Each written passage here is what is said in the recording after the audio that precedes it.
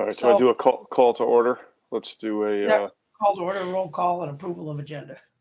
yep, call to order. So this is the meeting of the Vermont Community Broadband Board. I think I got that right. Friday, July 1st. Board members Laura Sibilia, Brian Otley, Holly Kroshner, staff members Christine Hallquist, Rob Fish, and Stan Maysel. I think we do not have a quorum. Is that correct? No, we do have a quorum. We do have a quorum. Sorry, corrected. We have a quorum, so we can proceed. And do we want to go to the review of the minutes from last time? First, approve the agenda. Okay. So Anyone have any changes to the agenda before we put forth a motion? Okay. Anyone want to move to the approval of the agenda? So moved. Second? Holly's nodding. I will indicate a visual response. All in support of say aye. Aye. All against? Aye. Okay. Agenda's approved. Now, minutes from last meeting. Any discussion before we make a motion? Okay. Anyone want to move to approve the minutes from last meeting? So moved. Second. Laura has moved. Holly has seconded. All in favor? Aye. Aye. Aye. Any against? Okay. Minutes have been approved. All right. I'm struggling to get my agenda up. What do we have next? Me too. CV fiber. We'll move into the CV fiber presentation. Okay. Do I have to say something before we go into? Are we doing a presentation or executive session? Presentation first, and then executive session for any Okay. discussion on any of the numbers and things that would be put. Okay. Laura, you have your hand up?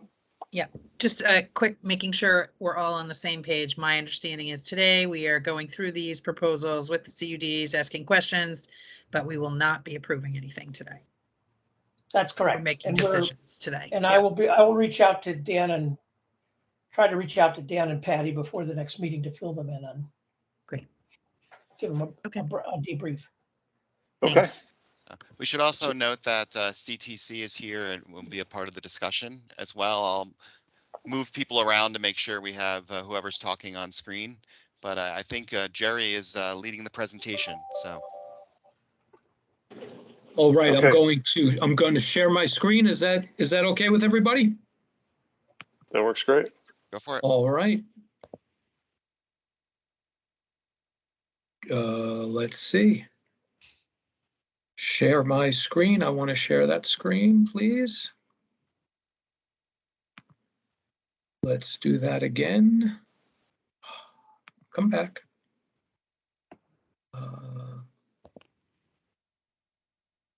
No, that is not what I want to do. Let's see. Sorry. There we go. Yeah, you're getting there. You got it. This is what I want. Okay. What are you seeing? Tell me what you're seeing. Do you see the first slide? Cover slide right now. CV fiber. Okay. Excellent. And is that all that you see? Yes. Okay. Thank you. Just helping me to be clear on what you're seeing. All right. Well, first of all, this has been quite a process. I must say, I remember answering the door, Jeremy Hansen, with a clipboard. I think it was 2017, and that was certainly the beginning of my relationship with CV Fiber. And before we even begin, I really want to thank the board, and I want to thank the staff at the board for providing the guidance that we need to do this and providing the oversight, the necessary oversight that is our task to comply with. I appreciate that. I recognize we're jumping through hoops, but these are extremely necessary hoops that we're jumping through. So I just want to make sure that you understand that this is where we come from. You know, we need the public trust here. It's the public's money, the public's infrastructure, and we really appreciate the guidance that we're getting from the VCBB. I know you're familiar with CV Fiber. One of the things you might not be familiar with is our heat map. This is an excellent graphic that was put together by David Healy. The darker the color, the higher the proportion of underserved and unserved. This is a really important map because this map guides our deployment. It guides where we're going to construct, when we're going to construct, and it's basically our universal service plan in one picture. It's a remarkable graphic. Our intention is here to, in phase one, what we're calling phase one, the construction grant that we're asking for is approximately 400 miles and 3,000 eligible locations, focusing our money, of course, on those eligible locations. But, you know, all the CUDs kind of have the same district overview, that their number of towns, their number of people. But one of the things that we really focus on here at CV Fiber is that we're affecting change that's going to last generations. What we're doing here is extremely special.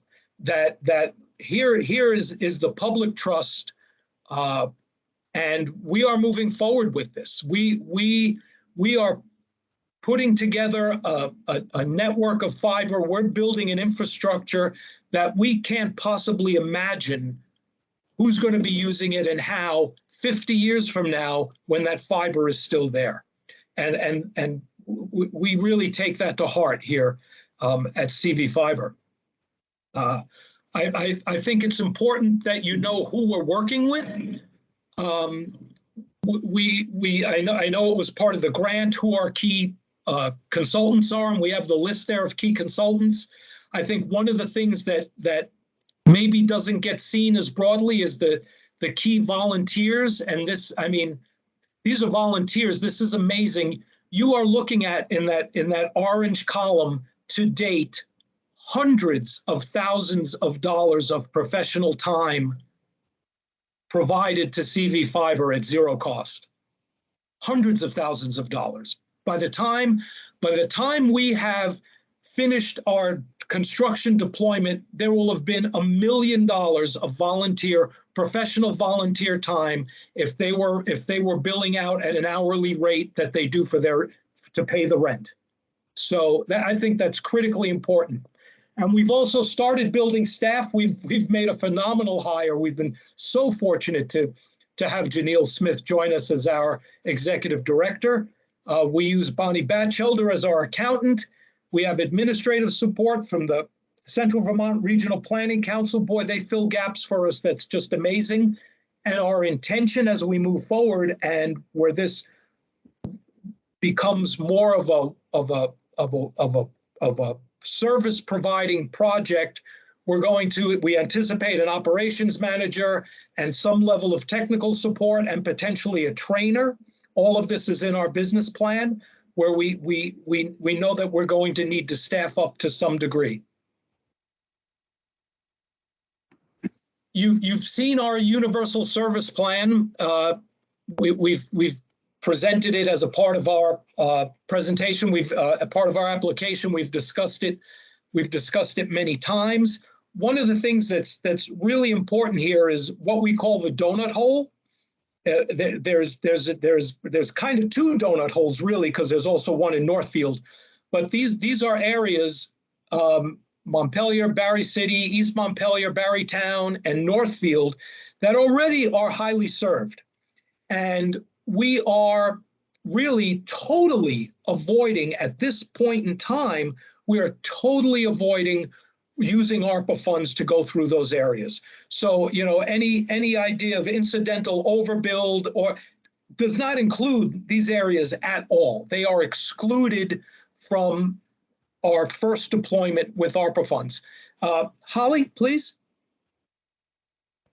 Thanks, Jerry. Could you just, I think I understand this, but could you clarify, like, for example, in Washington, you don't fill the whole town. That's because you're bordering another CUD, correct? And the same There's for Oregon. two reasons for that, Holly. One reason is there are large areas that are relatively uninhabited from an E911 address perspective. And there are also some areas here where we are bordering bordering either NEK broadband or EC fiber, and they can get there more cheaply than we can, more directly than we can. So they're going to provide service in that area. Yes, please. I have to drill down on your answer because it's so fundamental for us. Of course. This concept of universal service requires that you have a plan to serve all locations that We are do. presently served, right? And so you do. And so because I live out there, I drive through that area of Washington every day. I know that's an NEK, I'm sorry, an EC fiber area, generally speaking, but I'm cautious about the idea that there's no E911 addresses. So this map accounts for 100% coverage if it were to be built out. No, this map counts for where we are going to spend ARPA funds. These areas are where we're going to spend ARPA funds. Our design includes the potential for 100% build out to all the entire population, if you will. But our ARPA fund deployment is limited to the underserved, the unserved, and those areas where we have to have incidental overbuild to get to them. Okay, thanks. Yeah, so I think that's really important to recognize when we talk about incidental overbuild that we may be unique in this from some of the other CUDs, I don't know, but there are areas that we have actually totally avoided at this point because we're spending ARPA funds. So you've seen our request for funds. One of the things that we have been working on and we continue to work on, we're not done yet, and that is the local funds, the local ARPA funds, town ARPA funds that we are looking for our match. And we continue to request ARPA funds, and that dollar value will increase. We have more discussions that haven't been finalized yet with letters of commitment, but we are absolutely reaching out to get more ARPA funds. And we just had a meeting today with some staff members from NRTC to talk about other grant opportunities, some federal and even outside of federal, and grant opportunities not only for the infrastructure but for the needs of our community so that they can have access even when we've already got it up on the pole. So we are going to continue to look for grants, and I'll tell you why we're going to continue to look for grants. The reason we're doing this is because this is not commercially viable. And we could do this without grants, and it would be too expensive for the folks that we're trying to reach. And that's why we need to maximize our grant funding and minimize our subscriber fees. There's a one-to-one correlation between the amount of funds the grant funds that we get and the size of our subscription fees. And we're looking to decrease our subscription fees to the extent we possibly can. Another important aspect of what we're doing, like I said, I've been doing this since 2017 and so have a lot of others. And of course, EC Fiber has been doing this from before then. But we started a long time ago on building partnerships. And we have strong relationships with our electric utilities, especially with WEC. We've been having weekly meetings with WEC. We still have weekly meetings with WEC. We have discussions with Velco. We're part of VCUDA, and we've leveraged VCUDA for purchasing hardware as well as for purchasing fiber. We have what we call the Three Amigos, where we meet on a regular basis with EC Fiber and NEK Broadband. we have Stan Williams, and Stan Williams from EC Fiber is and Carol as well. They're both reviewing our business plan. They've given it a preliminary review. We've gotten thumbs up from them, but now we need to drill down into the details with them, because we are prepping ourselves for the bond market that we believe we're going to need to engage with in the not too distant future. And we also are so pleased to be working with Waitsfield Telecom. I mean, they're an institution.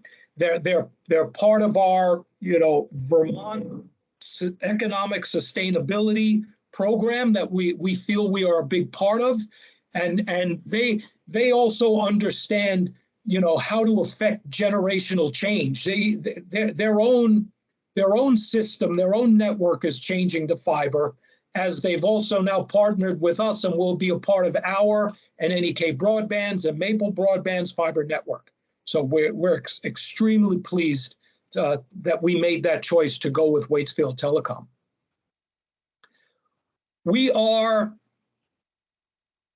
really, we're ready to go as much as we could possibly be ready to go. We have our high-level design that has been funded, that's complete. We have detailed design for those 24 distribution areas. Detailed design on 5 of those is complete. They will all be finished by the spring of next year.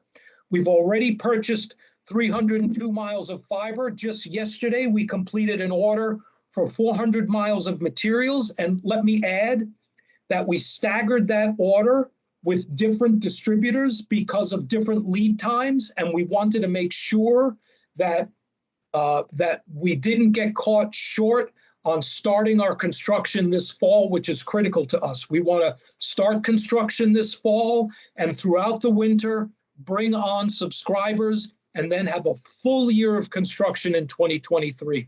We've already had make-ready applications for over 2,000 poles. We've been doing ride-outs on a regular basis.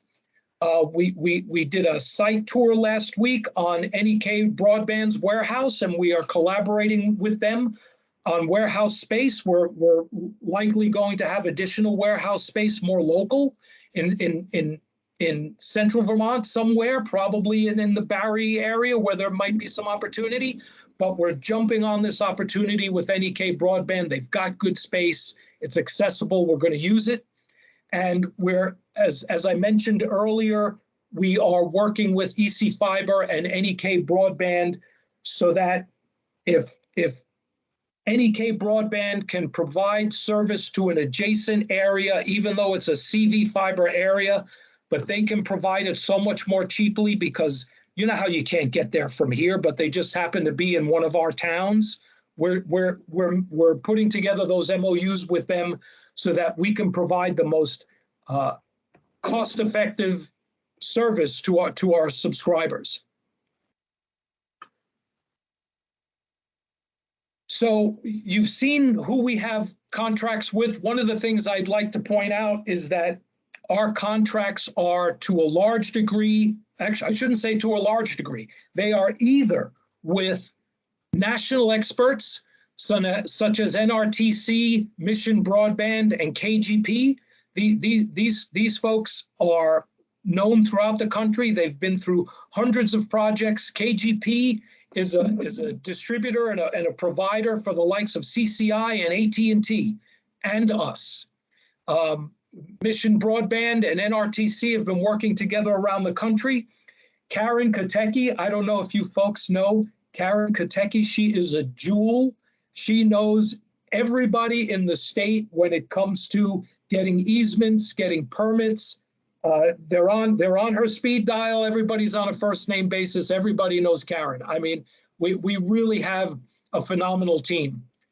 We were advised, we were hesitant, we were advised, we were hesitant, and then we finally agreed that we better order these 400 miles of materials immediately. And we did. We got the order in yesterday, which locked in the prices and the lead times that were in our RFPs, in the responses to our RFP.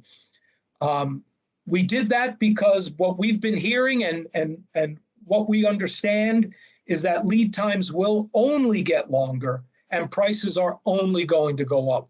So we jumped on it. Thank you. I can't tell you how important the hard work that's been done by Rob Fish and his team and Christine to get this money, to get the grants awarded so that we could actually make this purchase. It's critical. And the other aspect here that is extremely critical as we're learning, and we learn from NEK too, because they're half a step ahead of us on some of these things.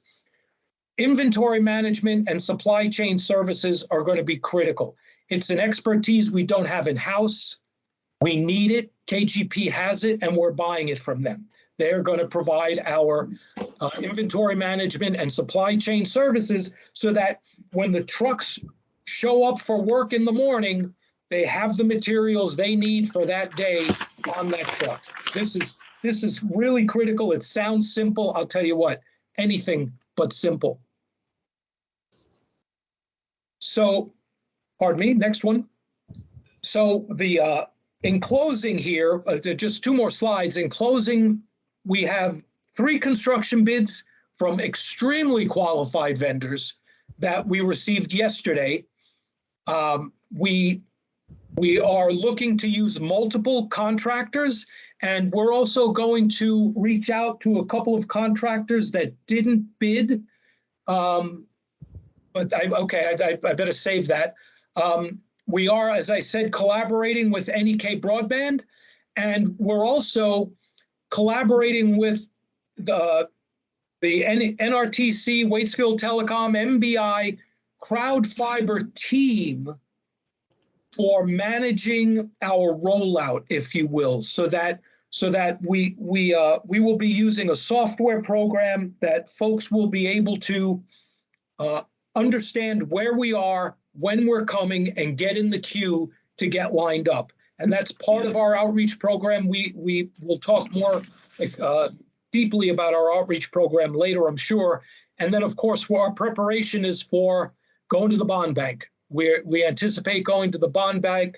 We have a compilation. We couldn't get anybody to do an audit for us up to this year because we hardly spent any money. There was nothing to audit. But we did what's called a compilation report so that we have all of the documentation of everything that we've done to date in one place. This year, we're going to have an audit. Not only are we going to have an audit, we're going to have what they call a special audit that is required by the federal government, and we already have an auditor lined up to do that because we know we're going to need all of that information to go to the bond bank. And of course, one of the things that is really important to us that we're paying attention to right now in the very beginning, and that is it's not just hanging the fiber, it's reaching out to the community so that folks have the ability and the access to get to that fiber. Some of the ability and the access is financial. Some of the ability and the access is technological, having the know-how of how to operate the software. And some of that is actually having the computer resources in the home. And we are working on multiple fronts to provide those kinds of services so that we're not just providing the infrastructure, we're providing the support that allows access to the infrastructure. And I didn't switch that's the slide I was talking about. Sorry about that. So that is a part of our deployment plan. It's not necessarily part of the construction, but it's a necessary part of our deployment. And I think that's I've taken as much time as I can, I believe, and I've said kind of as much as I can say outside of executive session. I'm happy to take questions. I also want to make sure folks know we have Janelle Smith, our executive director, Ray Pelletier, who is our chair of the finance committee, and David Healy, who is the chair of our planning and development committee and all around data guru. So we're happy to take questions, comments, whatever you prefer. I give the floor back to you.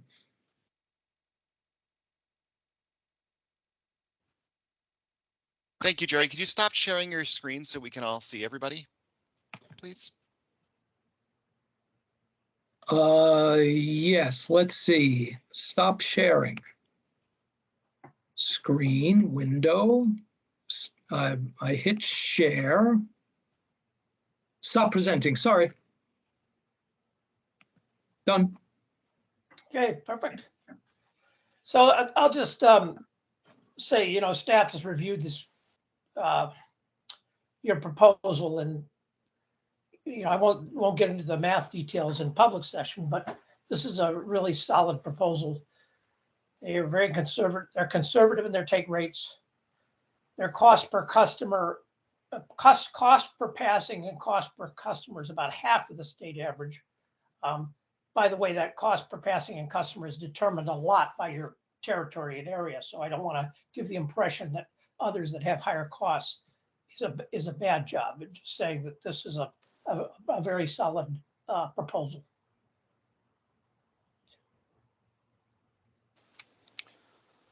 Can I ask, you flummoxed me a little bit early when Holly asked you about the universal service plan. I apologize if I didn't understand that correctly, but can you just walk me through again what you said? You said it's, and I know there was a map up, but it was something about it represents the ARPA funds spending toward the universal service plan. Is that? Yeah, let me go over that again. And even without the visual, I think you recognize the donut hole concept, yep, right? Yep. So that donut hole is Montpelier, Barry City, and there's a separate smaller area that's Northfield. Those guys have fiber. Right. They are already being served. Now, Yep. Our design includes the capacity, should we decide at a future date to extend into that area, because they are member towns. Yep. We have the capacity built into our design to expand there. But Okay. what you saw as the ring around that donut hole, that is our construction deployment using ARPA funds and the bond monies that we're going to need should the ARPA funds and other grant funds fall short. That is where we're going first. We're aiming for the underserved. That's our target. And the very first slide that we showed had that, what I call the heat map. And you could see the concentration of underserved. And that heat map really is the donut hole map is the detail behind that heat map, if you will. So that's where we're going. Our universal service plan is to get to all of the underserved and unserved. We're doing them first, and then, you know, we'll determine if we'll ever go into that donut hole. Right. The design capability is there.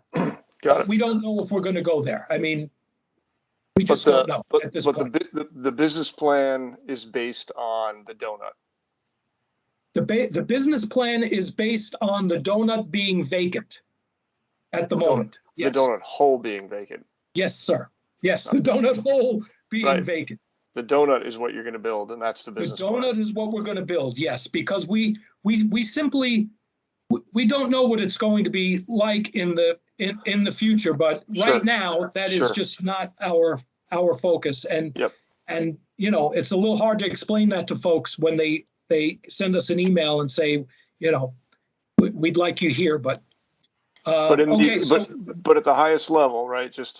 I think you're saying this. So the donut hole served, Northfield served, the ARPA funds that will build the donut, that all of that in its entirety will deliver a universal service plan to the CUD territory.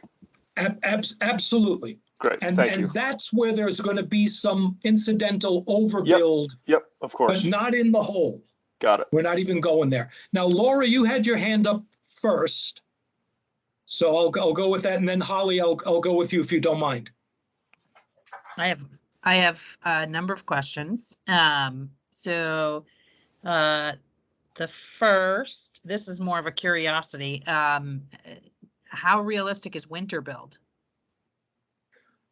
Actually, we don't really plan on building in the winter. We're going to build as long as we can, and we're hoping that we will be at a point by the time we get into where the weather stops you, we will be able to do installations through the winter. Installations are not going to be, they'll be slower, but they, it won't be zero. So Okay. we're hoping that in September, October, November, who knows how far into December, we'll be able to actually do construction, and that will have gotten us far enough to be able to provide services to those, areas. And that's our overall plan, by the way, Yep. is to build as we go, light as we go, right? We want to be able, and of course, provide redundancy at the same time. We always want to provide quality service, but the idea is to, as soon as we can light folks up, we get them lit. Great. Some of these are just curiosity questions. So what is your, what's CV Fiber's process for, or are you having any challenges or with towns, interest level or commitment level? I'm not sure who's ringing. So for instance, do you have board members that don't come, or have you had to have board members replace? I'm just kind of looking to see what the level of cohesion is out there. Not for you guys specifically, but just in CUD land. I'm going to ask everybody. No, we get pretty good attendance at our board meetings. There are, some towns have more regular attendance than other towns. But really, I think the thing that more important than we for our general meetings, we always have a quorum. Yeah. But the issue really, I think, is more telling from our surveys that we've done. And oh my God, it's like everybody is ready for this service yesterday. Why aren't you here now? If you look at our take rate that we're using, and you look at the take rate that comes from a self-selected sample, mind you, but still from our survey, it's almost unanimous. People want this service. But those are the folks you would expect to respond to a survey, right? But that's what we've seen. I presume from the comments that you made during your presentation, Jerry, that you all are tracking the time of your volunteers. We are tracking, not to the point where we have an hourglass and it's been 17 minutes on this call, so you get my full half hour. We haven't quite done that, but we have been tracking. Some of it would have to be. We don't have logbooks, but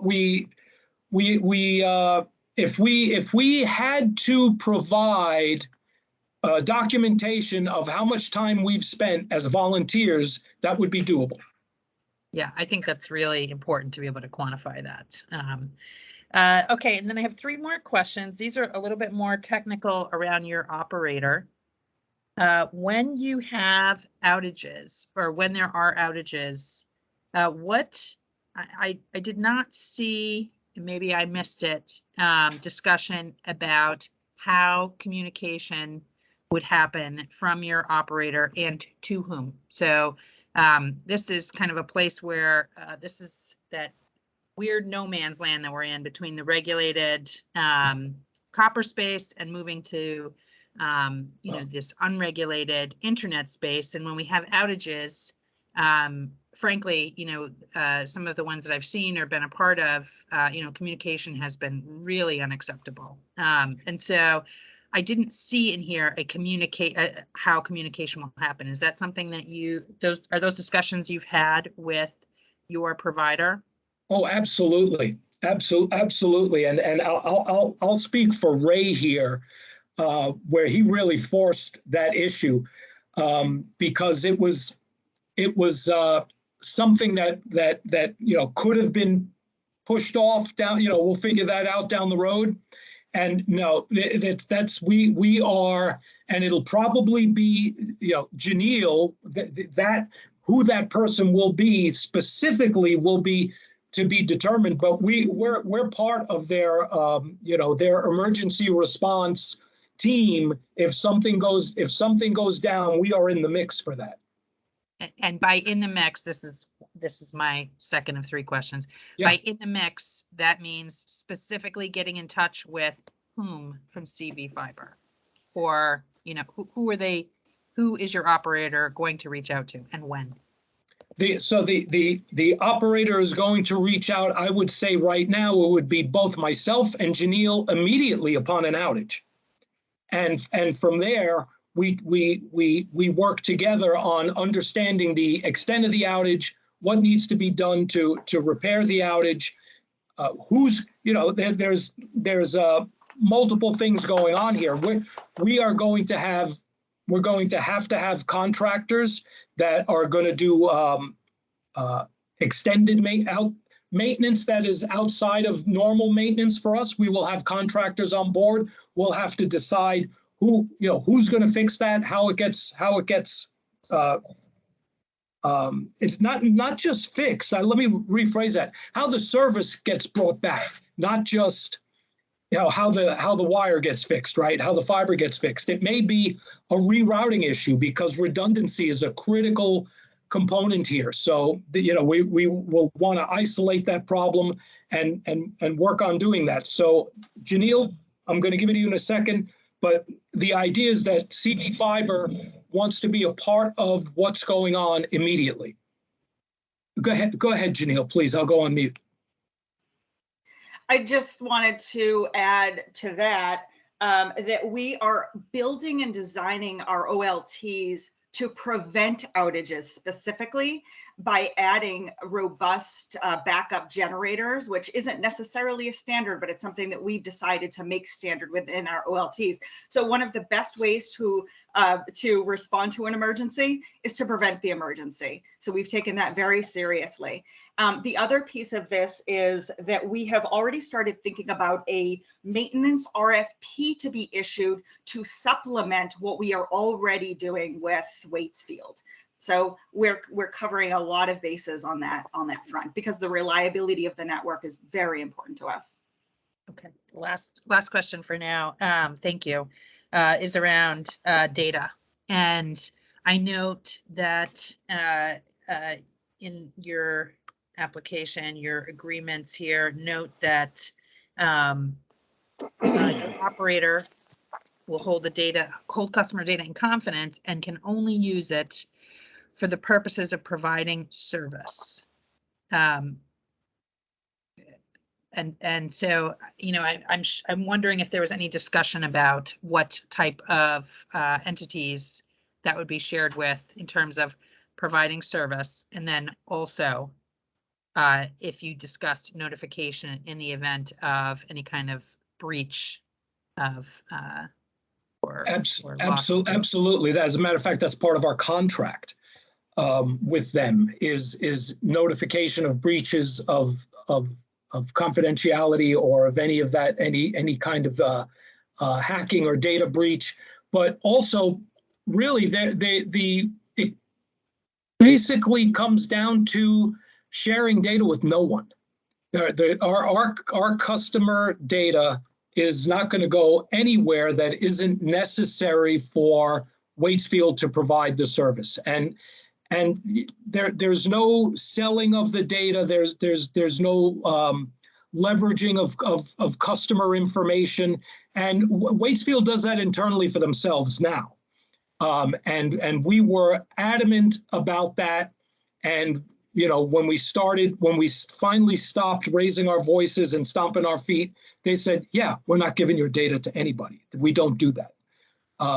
So that's, and the breach and the responses to the breach and what's required is in our operations contract with them. Okay. All right, great. Thank you. I appreciate the time. Thank you. Holly, I guess you're next. Your pleasure. So it's really interesting to me. This is not the same as the Maple broadband arrangement with Waitsfield Champlain Valley Telecom. It's not, I think a lot of the volunteer nature of CUDs lends itself to being an oversight committee, but you're taking on operational roles. Is that correct? Well, we don't want to make this a turnkey operation. We are a very, very active board. We have an extremely active executive committee. And we want to make sure, as stewards of this resource, we want to make sure that it's deployed and used the way that the delegates of the governing board, and through them the executive committee, and through them Janelle, and through her the contractors. We want to make sure that they are all answering directly to CV Fiber. And we feel the need as stewards of these resources to be in control of decisions. Now, we don't want to micromanage, right? And we're not network designers and we're not internet service providers, but we want to make sure that the network management and design and the provision of service is done the way we want it done. And that's why it took us 4 months to negotiate with Waitsfield after we had already decided that we were going to go with them. We had to iron that out because we want control of how this is going to happen. This is a question it will sound adverse, but it's not intended to. I'm very mindful of how much thoughtfulness you've brought to scoping the various roles. But I also I've sat on the EC Fiber governing board, and I know the burden to volunteers that the work year after year can bring. I mean, it's a lot, right? Today, are you still a paid consultant to CV Fiber, you personally? Oh, no, I am not. I am not paid at all. As soon. Wasn't there a news release in 21 that you were coming on as a paid consultant? I was the first. I was a consultant. I was there to manage the pole inventories, and then as soon as, let's see, first I'm trying to remember what I did first. I was the treasurer first. I resigned from the treasurer, and then I was the project manager. I resigned from being the project manager. I was appointed the delegate from Berlin. I was elected the chair, and I haven't received any funds from CV Fiber as a consultant. Certainly in 2022, I don't remember exactly when I was handed over. Jerry, I have utmost respect for your work, and the reason why I'm asking is because the kind of activism that it will take to monitor these contracts going forward may not be suitable for volunteer work. Would you agree with that? I would say that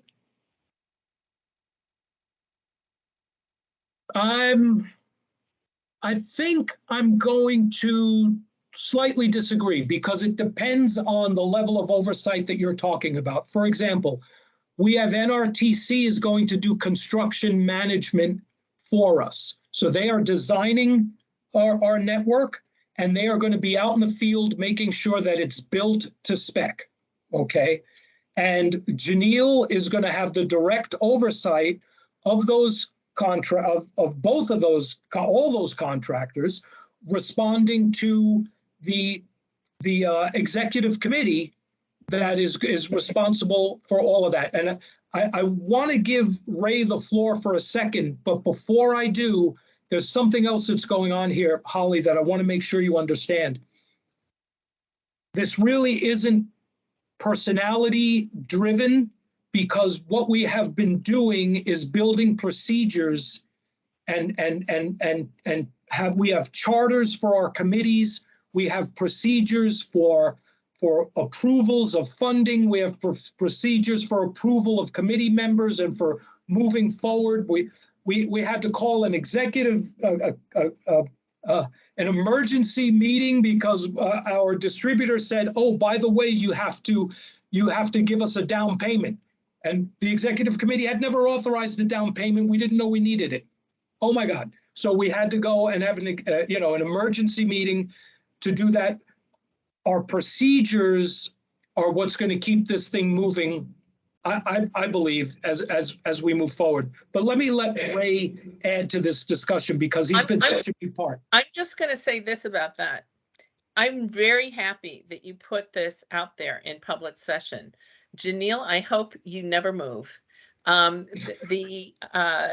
The idea that you've scoped this and put policies in place to guide a volunteer organization that has quite a lot of technical oversight or potential technical oversight does require a lot of procedural review. And so I'm asking these questions really to help inform other CUDs. Thank you. Ray, I'm going to call on you, but then Laura's has a question too. So we certainly do have a lot of processes in place, and as I keep saying, the process is the solution. There are no shortcuts to the process. But to answer your question directly with regard to the oversight of operations, you may have seen in the earlier slide there, or maybe it's coming up in an executive session, but the intent to hire an operations manager, because we have a contract with Wadesfield Telecom that there's two parts to that. There's the network manager and there's the ISP, right? And each of those is a separate agreement. And so they have to perform to standards on both of those functions. And each of those has an extension opportunity to them, for example, and it could be different, right? So we don't want the tail wagging the dog. Wadesfield Telecom is our contractor. We expect them to provide service. They're not running our operation. And we will have an operations manager. Janelle is the contract manager, and we have a very active executive committee and board. And the statute allows, we haven't done this, the statute allows for the officers to be paid. And my personal opinion is the chairs should be paid, especially our chairs should be paid. These people are putting incredible hours in, and they have incredible expertise. Jerry is a phenomenal project manager, and the hours he's putting in are significant. So, but I will get off my soapbox. I appreciate those comments, Ray, because my observation is that these teams, the CUD teams, are ripe for burnout if they're not appropriately scaled and supported. thank you. We do our best to avoid burnout. We have techniques. All right, I don't see any more hands up in the forum. Or are we doing? Anyone else have any thoughts or questions that they would like to ask the DV Fiber folks? CV Fiber, please. Sorry, CV. Yes, the donut. Sorry. The donut people. Yes. We do also have CTC on the line. If CTC has some questions they'd like to ask in public session, or if we need an executive session. I do not have any additional questions. I would like to, and maybe this is an offline conversation, but understanding, we sent a list of questions and the response on sparing capacity. I'm trying to understand the response. So you provided some tables, and we can either go through that here, or if you want to explain that further to us at another time. But I'd rather do that offline and get NRTC so that they can explain exactly what it is that maybe it's a terminology issue that we're not quite answering exactly what you're asking. Yeah, let me suggest you do that offline, because I do believe it's a terminology problem, and it's not, it's a a little below the level that the board needs to hear. Yeah, I agree. Other than the outside plant requirements. Yeah, other than that, all the other responses were provided and answered all of our questions. Thank you. We're very happy to hear that. Let me reiterate the importance of this kind of oversight. We welcome it. It's everybody's due diligence. We really appreciate it. Okay, Executive session? is that the appropriate next step? If the board wants an executive session, we only have it there if the board needs it. So it's up to you. What's your feeling, Brian? I don't have any sensitive information or whatever executive session information that I'm seeking. Does anyone else, including tell us?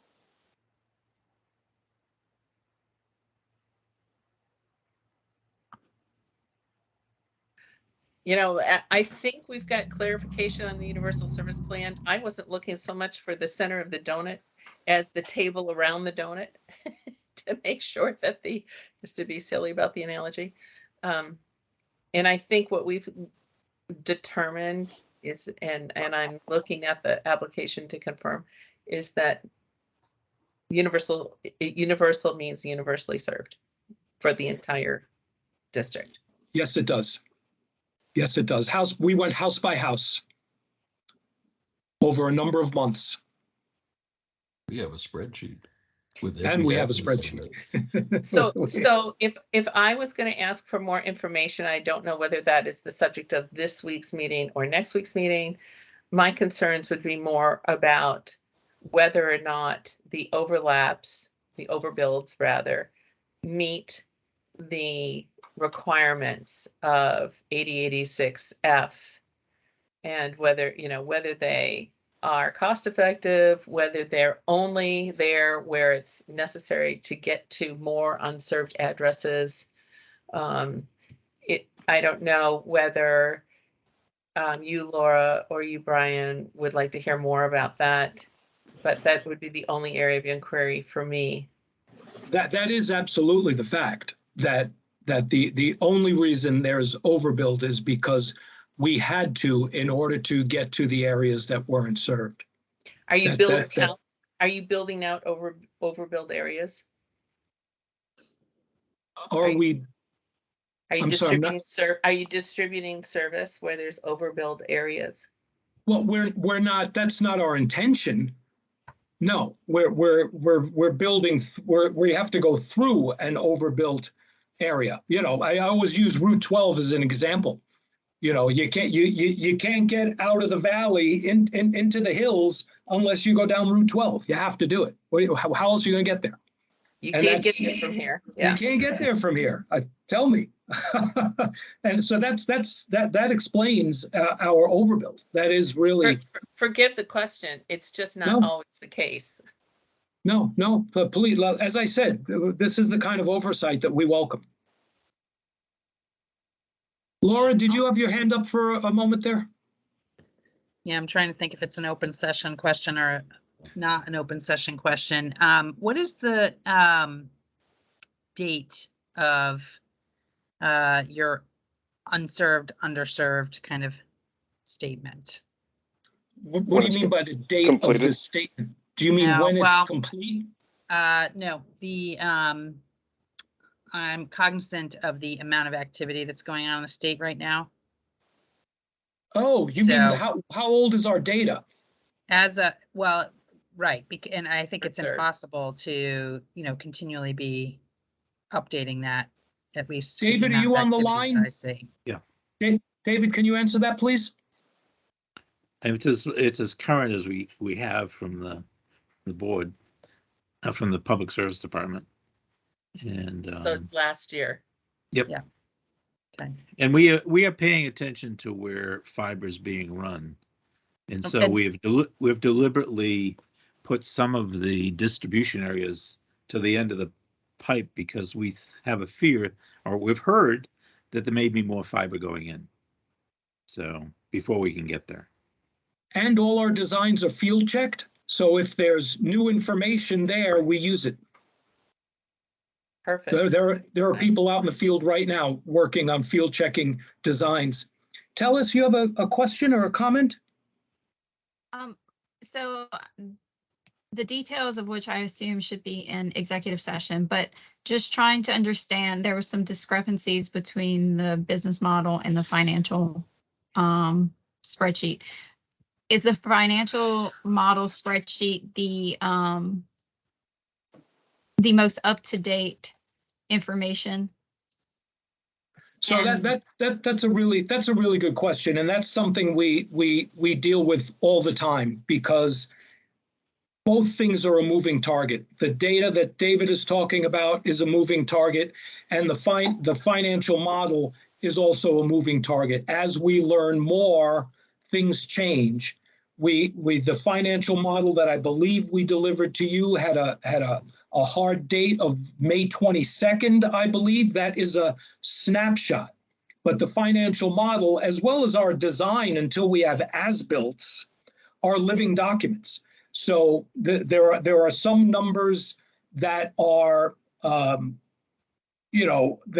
aren't precise matching from one document to the next, because they're off by 2.5%, or one has a take rate of 40.8 and the other one has a take rate of 41.2. These things aren't making a difference. These are what happens when one document is dated May, the other document is dated June, and we're still learning and building and tightening what we know. And it won't be fully determined until we have as-builts and a subscriber list. But what we're talking about here are the kind of rounding error things. We're not talking about anything that affects a decision as to whether or not either CV fiber is viable, or whether or not we should be providing service in a certain area. Thank you.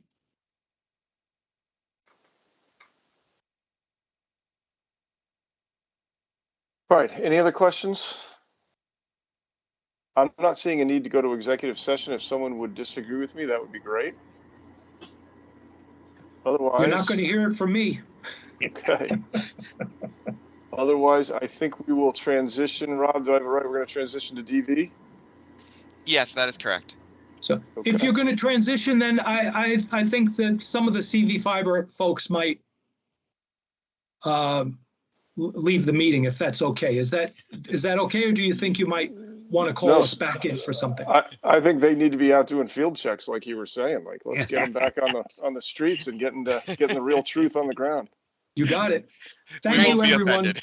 Thank you. Really appreciate the time. Thank you so I'm gonna go much. for a donut. Thank you. Feel free to contact Yeah, me thank you. Well anytime. done. Please. Bye-bye now. Bye.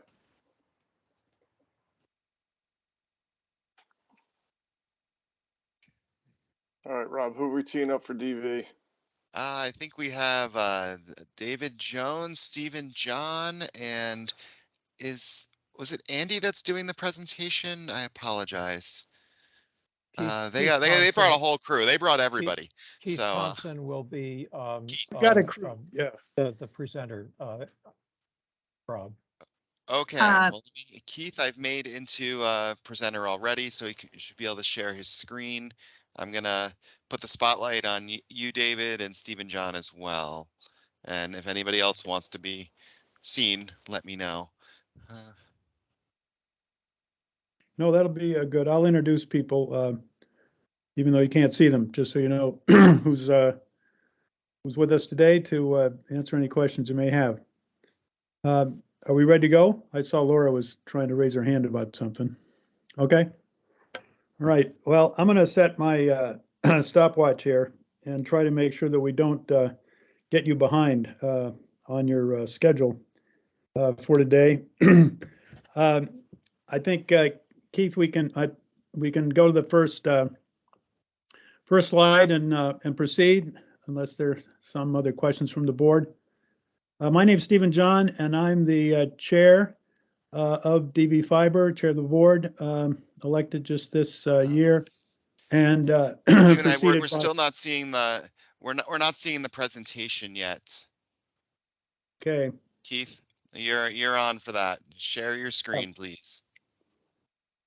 I was talking to cover that. Oh, sorry. It's all right.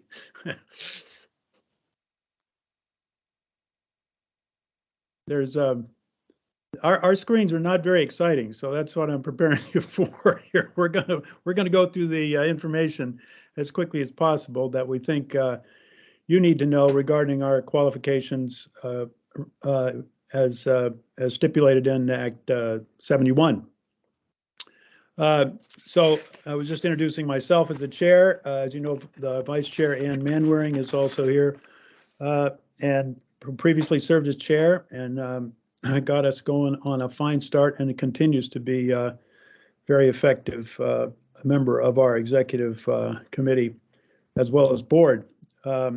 We have Andy Snelling from the Finance Committee, chair of the Finance Committee. He's from Townsend. Keith Thompson, the Operations Committee chair. He's trying to operate this PowerPoint. And James Hamilton from Wardsboro. Keith is from Whitingham. James Hamilton from Wardsboro and is chairing the Communications Committee. And then we have David Jones, our project director. He's been the mainstay for holding us together and taking care of all the minute details of our many contract provisions of our SOWs. We have quite a different relationship than I think you just heard from CV Fiber. I want to commend Jerry for that presentation, and I'll try not to repeat the same things. I think that he outlined for the board the main points that we would make too regarding our intentions, our mission, and our dedication to public ownership and authority. We have Treasurer Paul Butler, and we have Donna Sebastian, our clerk, from Wardsboro. And then I have three members of our partner team from Representative Partner GWI, Great Works Internet of Biddeford, Maine. And that's Fletcher Kittredge, Karam Derdag, and Chris Wellen. Chris is the Director of Network Engineering. Karam is the President and CCO, and Fletcher is the founder and CEO of GWI. I still don't see anything on the screen, Keith, so I don't know what we're going to do here. Yeah, I'm showing that I'm sharing, but it doesn't appear to be coming up. Are you in MS Teams? Because that's a problem for me, but anyway, I'll proceed. The history I have of a backup. If you haven't changed anything, I have the backup and I can Yeah. attempt to share the Why screen don't if you'd we- like. Why don't we try that, Rob? I think we really have you as a backup because the internet connections that we have are so poor down here that, you know, we couldn't count on being able to pull this off. And if I freeze up on the screen, I'll count on David filling in or another member of the team. There we go. Okay. Thank you, Rob. Is that you, Just Rob? trying to, yeah, that's me. I'm just trying to Yeah. get us going from the beginning here, but Yeah, well, yeah. This is for the record, the public record. You know, I think you'll have this posted so people that want to look back at this meeting can have the same information available. okay. I think you'll see everything now. Yeah. It's a little Okay. small, but you can probably fix it. Can I fit? I don't know if I can actually fix it. Are you Okay. seeing? We're seeing two screens. One is the first slide. The second one has just given all the introductions that I gave. And then the next one is going to be DB history and current profile. Okay, let me see if I can get into presentation mode. It's Okay, I'll talk a while too to just move us ahead. We were founded by 5 towns in April of 2020 by vote of the citizens at town meeting. And now we're up to 24 towns in 3 counties. We have 3 towns in Bennington County. We have 1 in Windsor County, and the rest are all in Wyndham. We certainly have a broad and diverse group, and we have really been entirely dependent upon volunteer effort, except for the contract with David Jones as consulting for our project leadership, project manager at this point. It's an interim basis. We are looking for and recruiting an executive director more permanently, and hope that happens shortly. We have contracts with provide professional services from RISI. They worked on our database. They worked on our business plan originally, and then BDCC, the Brattleboro Development Credit Corporation, for administrative assistance, but more critically, grants management. And we will transition to accounting there as our money matters become more complex. On that note of money, I want to assure you that we have a clear audit completed from the auditor at for our calendar year 2021. And so we're off to a clean start here regarding any auditing. We haven't accepted that audit yet because I'm still trying to write the management business, what do you call it? Executive management and analysis page that's trying to explain something about our program. I hope to get to that tomorrow, but I'm working on this today. This little paragraph they just read, oh, we just lost it, shows you the members of our 24 member towns. They would all love to be reached immediately tomorrow and connected to fiber, but our universal design plan certainly makes that possible, but that isn't going to happen tomorrow. As you all know, this takes quite a bit of planning and financial support. Let's move on, Rob. So just for your information, we do have publicly posted our mission, vision, and principles. And I won't bother to read them over here, but this is really the basis upon which we operate as a governing board and is the guide for all of our decisions and our policies.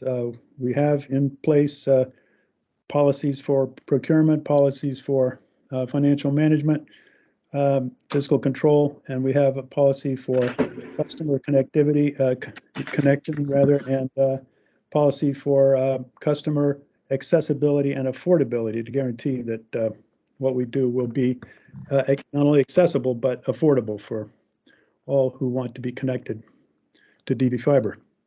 You can see there we certainly hold privacy, net neutrality, and cybersecurity at a high priority. Our design is entirely reliable and redundant. It's an interlocking 3-ring circus of backbone fiber to ensure, with multiple 3 entry points and exit points to the outside world, that if any breakage or drop occurs, it won't affect the rest of the people on that system or on that line. I'm moving on.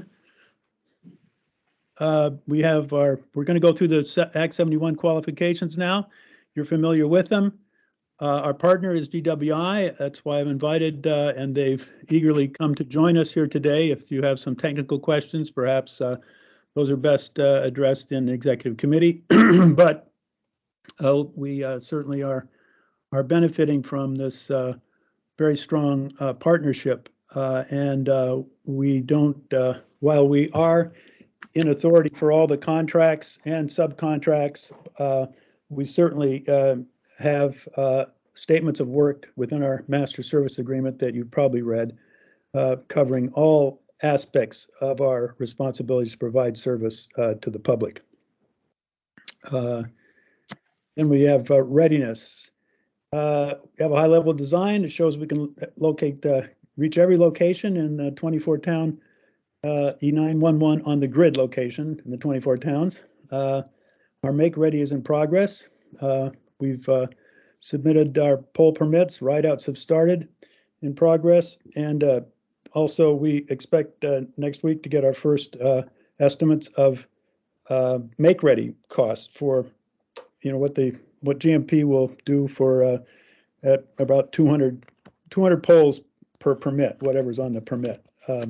And we have this as an ongoing rolling process. We meet, it is David and I meet with GMP supported by our GWI engineer, Joshua Bohar, who's the boots on the ground here and doing the write-outs and checking the quality of the inventory we receive shipped to us at our depot.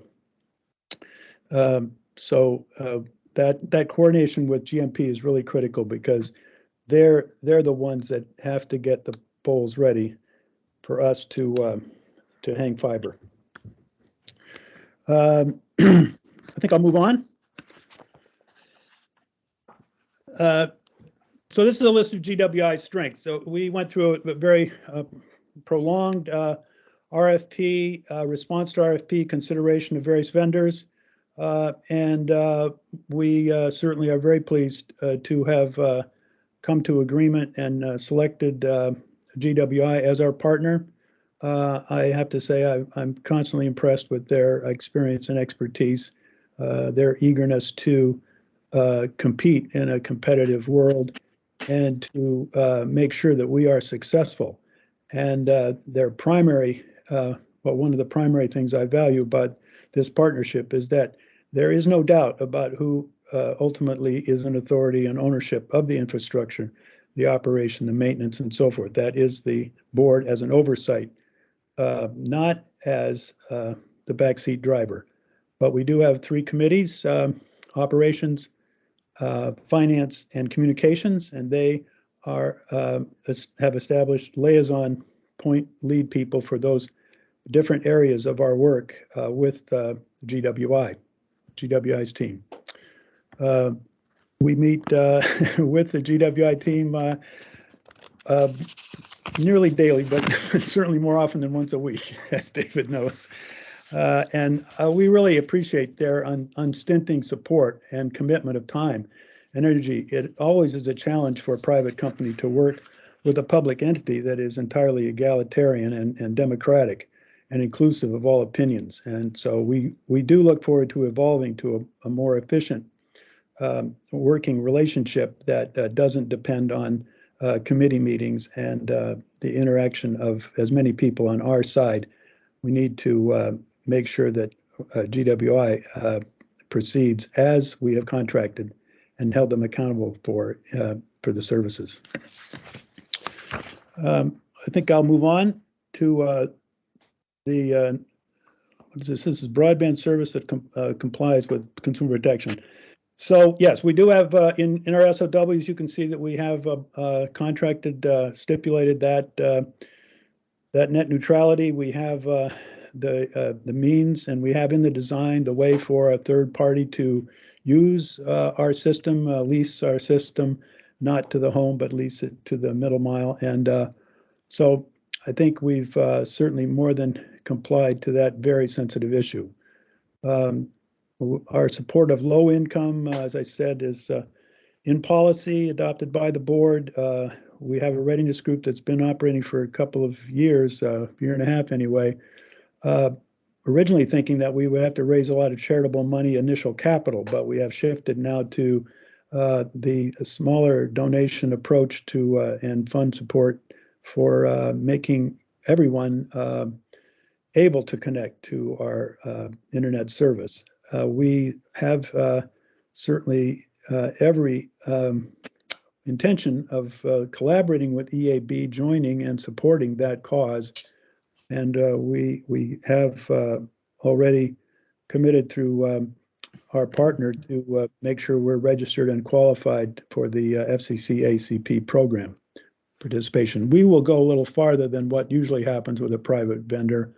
And that is, in GWI's case, they recognize that we need to facilitate and enable people to jump through the hoops to qualify for that program. But that program won't get the people that are really in need enough, enough subsidy to meet the service fees. We will have to be raising other money charitably to do that.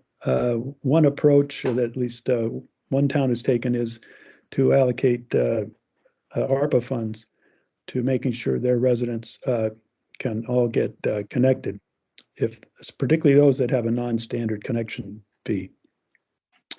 Standard connection is basically free.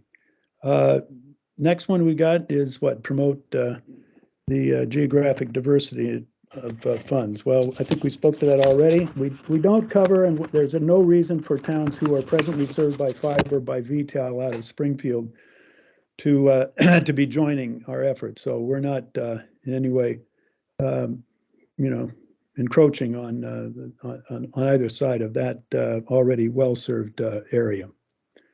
Let's see, we have affordability. I've got that, and we certainly will have many tiers of service available, but our minimum is going to be 100, and we're going to make sure that everybody can benefit equally from that service. We do think that, as you say there, private price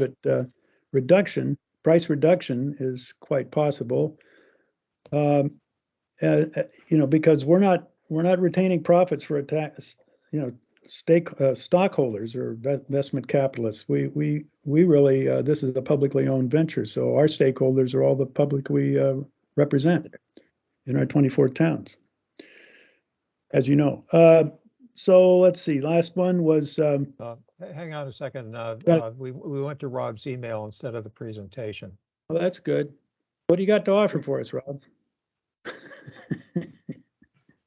Yeah, I bet he's busy. Okay, this is including broadband assets and providers. Well, so we're building those standards. We want to make sure that we're able to connect to other CUDs, and we have this ENNI connectivity, a third-party provider provisions in our contract and our design. And then you see about the leasing the middle mile. We're certainly open to leasing to other parties, and I think that pretty much covers it. For the 7 criteria, I believe that we focused on in your Act 71 requirements. The next part is the business plan.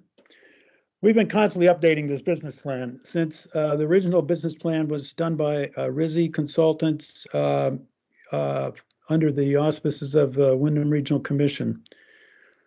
That must have been close to 3 years ago. And so at that time, that plan only had 15 towns at that time, and now we have 24. So we've updated, and we've reassessed the competitive conditions. That's a changing target, but we recognize that our competitors, the incumbent telephone provider and internet provider via copper, is eager to convert to fiber to provide to meet the needs of what we consider contemporary standards.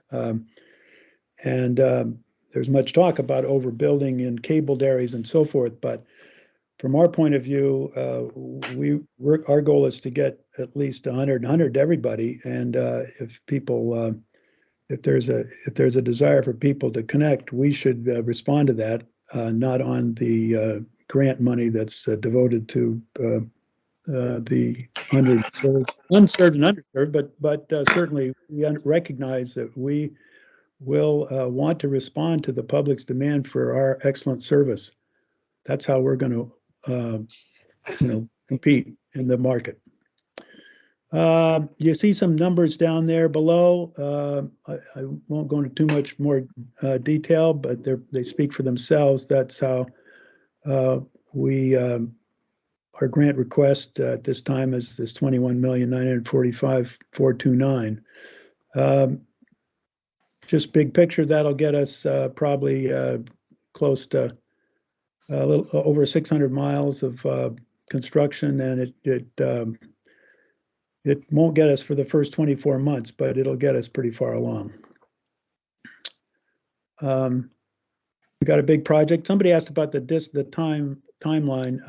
GWI is quite confident that they can average over the winter and summer, average 30 miles per month construction. So that's why in 24 months we hope to exceed 600 miles of construction. We're going to go with the backbone first and then build out to the laterals, but That's for security and redundancy purposes, resilience of the system. So in summary, I think you can read that for yourselves, but we have a universal service plan that's going to reach everybody, and committed to affordability. And we certainly believe that we have an excellent partner, GWI. We have no reason to have any criticism or concern there. We are, as I said, very impressed with their work and allegiance to our mission and motivation. And they recognize our authority in the SOWs and Master Service Agreement that we've signed. And they've not only signed those, but they've acted on them accordingly. We thank them for their partnership, and we welcome your questions.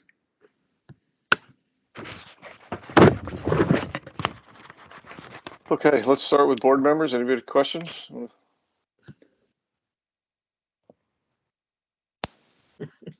Holly, fire away. I'll go, Brian, if that's okay. Okay, so I just want to clarify something you said, Stephen. It was about. I am not able to hear Holly. Are other people able to hear her? It's all me, huh? Bummer. Bummer is right. Okay. So I'm going to go ahead, Stephen. I'm just a little bit confused, and I'm not sure I'm seeing this in the business plan. So you said that the grant request will carry you through about 24 months. Is that right? No, probably not. If we build 30 miles a month. Okay. So I just have this little bit of a disconnect in my head about, and then what, right? I know you'll seek money from the bond market. I saw that reference. Yeah. But if you're going to build out the backbone and then go back in to build out the laterals, I'm just not sure how this all comes together. Yeah, we could go into detail in executive session, but we're not going to build a backbone and then go back. We're going to be connecting people as we go along. We got to do that or we don't have a business model. The other thing you mentioned was about where does the other money come from? We anticipate that there's going to be some other funding available through the broadband dedicated jobs bill, infrastructure bill.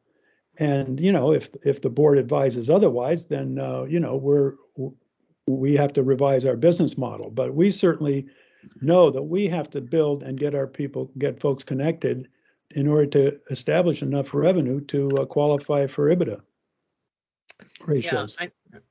Yeah, I hear you. And I do think the IIJA, that next round of federal funding, is going to make opportunities available. I have to say, I'm not well versed in how much or when. So, maybe Christine could even speak to that since it's material. My only other question, and I'm sorry if this is at all painful, but wasn't it in the DV fiber area where there was a little dissension and then there was a subgroup forming? And how did you work that out, and how complete is the district? I'm not seeing any maps in the application that help me sort out the completion of the district. Yeah, in an executive session, we'll be happy to share the infrastructure map and the high-level design and the distribution points and so forth. But I think you're alluding perhaps to the fact that Winhall and Londonderry are also members of Southern Vermont. And yeah. Okay, SDUD. And we have a design that reaches them, but we understand that, this is not something that we can decide entirely on our own. We have a design to reach all those people. We're assuring, I was present as well as a representative from Southern Vermont CUD at a meeting in Winhall about, how long ago was that? Rob was there 3 months ago or so. The public is interested. Basically, these towns have decided, I think in Winhall's case, that they'd like to see, well, which CUD is going to get to us first or cheapest or fastest or whatever. That's what they had. The law says they can join more than one CUD, so that's what they did. So the corollary question, of course, and one that we might want to talk about in executive session, is what the impact to their decisions are on your business plan. Right. We're prepared for that in executive session. Thank you.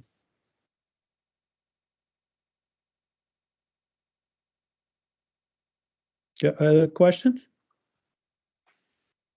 Yeah, I just wanted to clarify that we, the staff, we've discussed with DV Fiber their need for funds and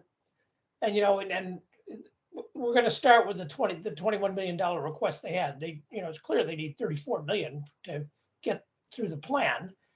And it's really going to have to do with the timing of when the BEAD funds become available. But it really is our job as, to watch the construction pace carefully and work closely with them. It may require a bridge loan.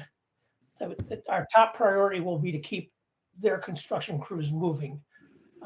But at this point, we don't have enough funds to provide their total need. Right. Thank you, This is Christine. Rob. I Yes. also should say that we are encouraging the CUDs to look into even accessing the bond market sooner. And we'll talk later about creative finance in our updates, but looking at other options for filling that bridge, since the BEAD funding is likely not coming till about a year from now.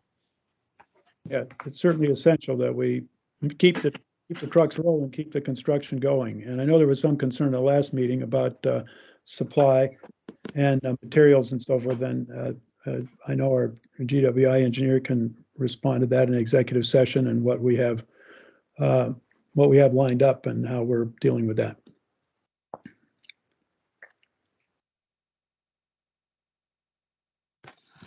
Others? Oh, Laura.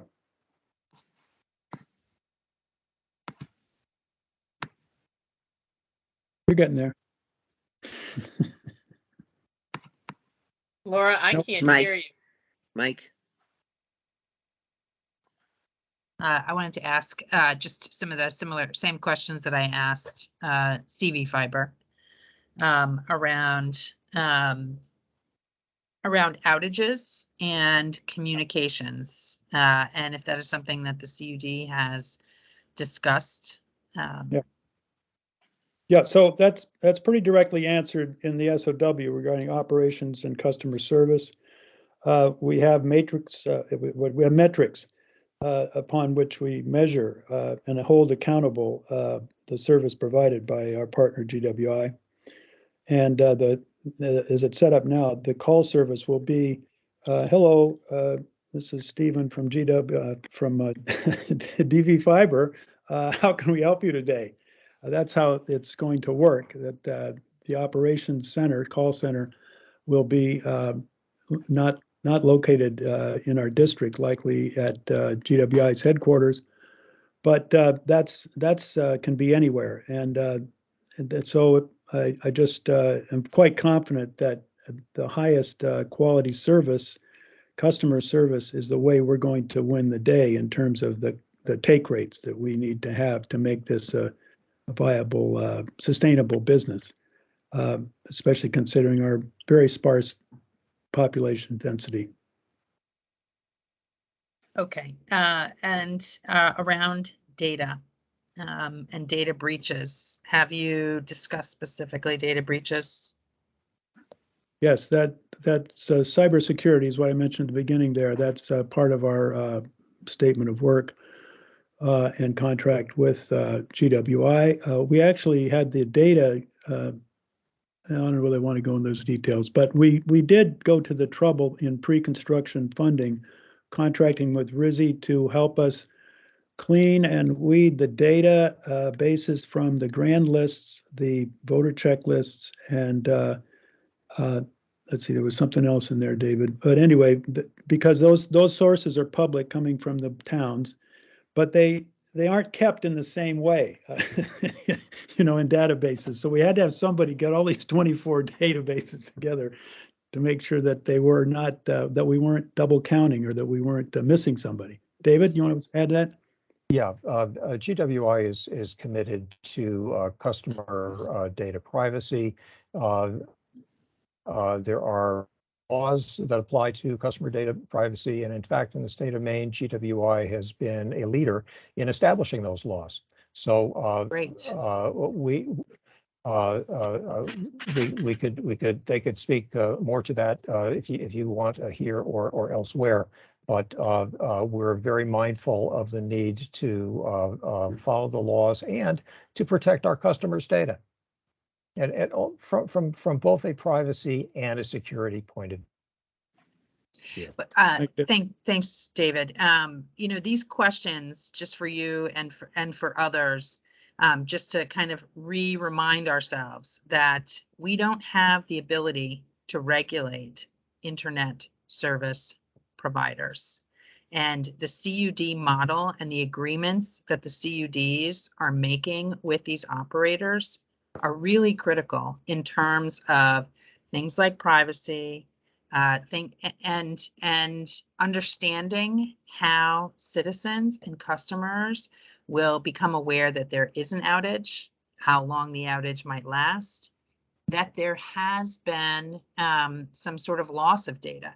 You know, my concern is that because it is not required, because the state can't require it, that it won't be divulged. And that is the piece that I'm really worried about the most. And so that's really the nature of the questions. And perhaps I should have mentioned that with CV Fiber as well. But Well, that's an excellent point. That's why I think the public authority is essential over these contracts. That we're not, and those contracts, our contracts, certainly with GWI, include appropriate provisions to make sure that that's the case. Thank you for that. So I'm going to chime in support of Laura's comment on that point, because once you're married to a carrier, it's hard to get a divorce. So the question really is, what's the enforceability provision in the standards of privacy and outage times, whether you're doing 4 nines or whatever your standard is. Yeah. And I'm not asking you to tell us what your contract says here, but just in support of Laura's comment, it's not enough just to state it in the contract. You have to have some teeth. Yeah. Well, I'm sure you're aware that CTC is reviewing the contracts, and they certainly are alert to that issue.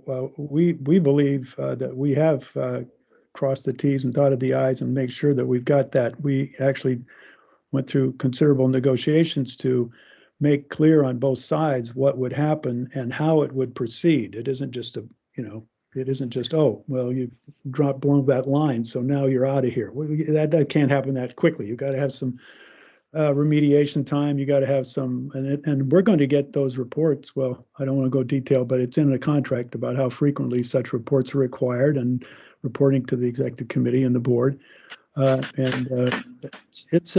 is, and to be successful and to be economically efficient and effective, this has to be a very close partnership, and we have to maintain, clear communications on both sides of that. And we take that responsibility as a board as seriously as do our partners.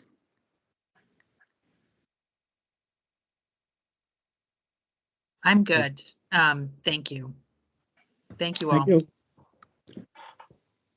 All right, any other hands up at this time?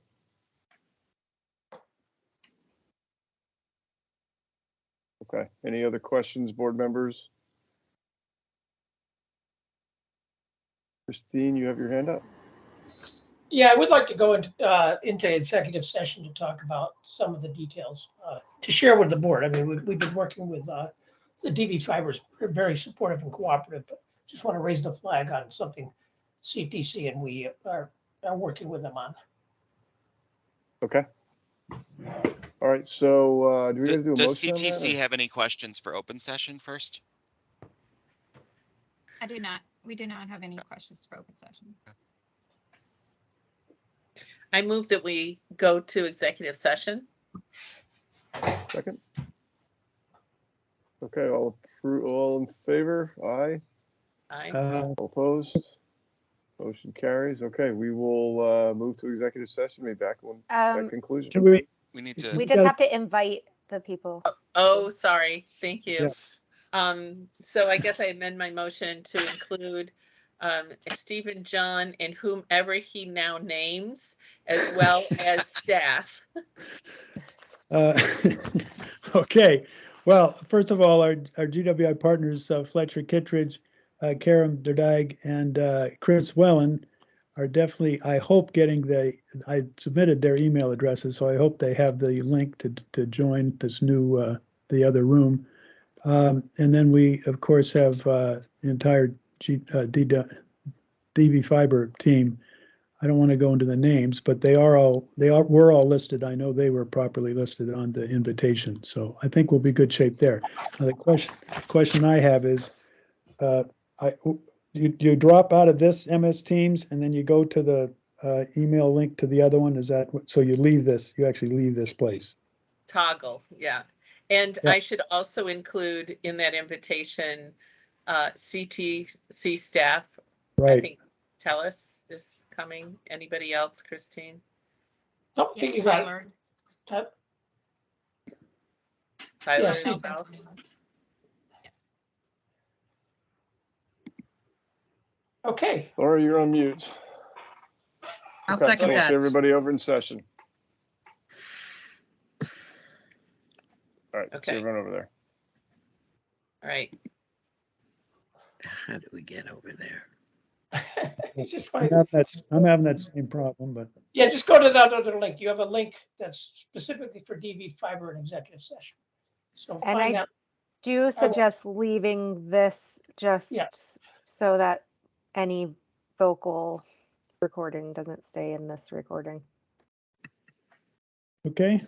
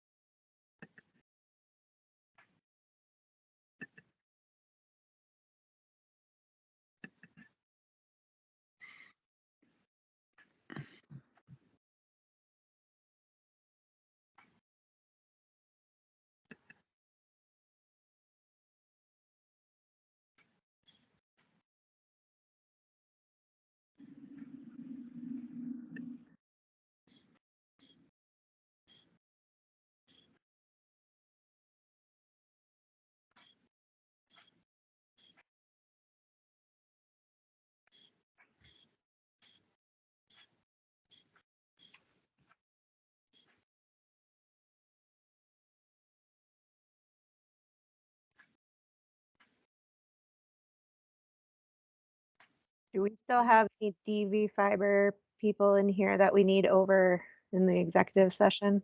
I'm looking, yes, I'm looking for the toggle. Yeah, David Cherry would like to go to that session also. I'm on the executive board of the DB Fiber. Okay, so the best way would be to go to your email if you Yeah. were on the email. If not, I can have DV Fiber forward it. The email would be the best way to click the link. Yeah, I didn't see it on the email, but I'll check it again. Okay. Board packet? No, I'll send it again. So I just came over to get names. So Jean Boardman and David Cherry. Yeah. All right. Hopefully we'll see you over there shortly. Yeah, Thank you. david.cherry@dvfiber.net. Thanks.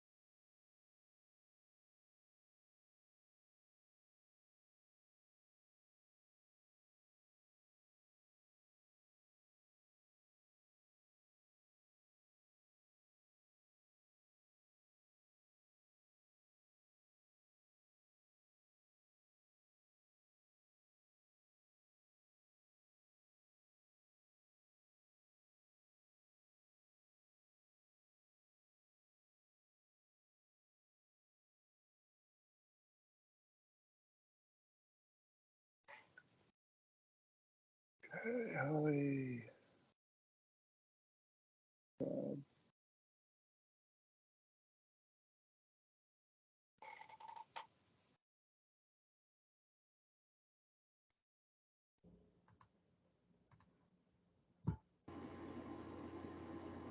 All right, I think we're back. So we've returned from executive session. Next on the agenda, quickly. I think we have any case update. Yep, any case update. So at this point, we'll turn it over to Krista. Is Krista here? I am. Can you see me? Can you hear me? Both. Yep. We can see you and hear you. If I could ask anybody who's not presenting or a board member or staff to turn off your camera though, please. I know we're having some bandwidth issues for some folks.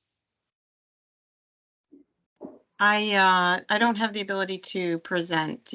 I don't mind not presenting, but I do have a short slide deck if you would like me to. Rob, you should have that ability now. Yep. Thank you.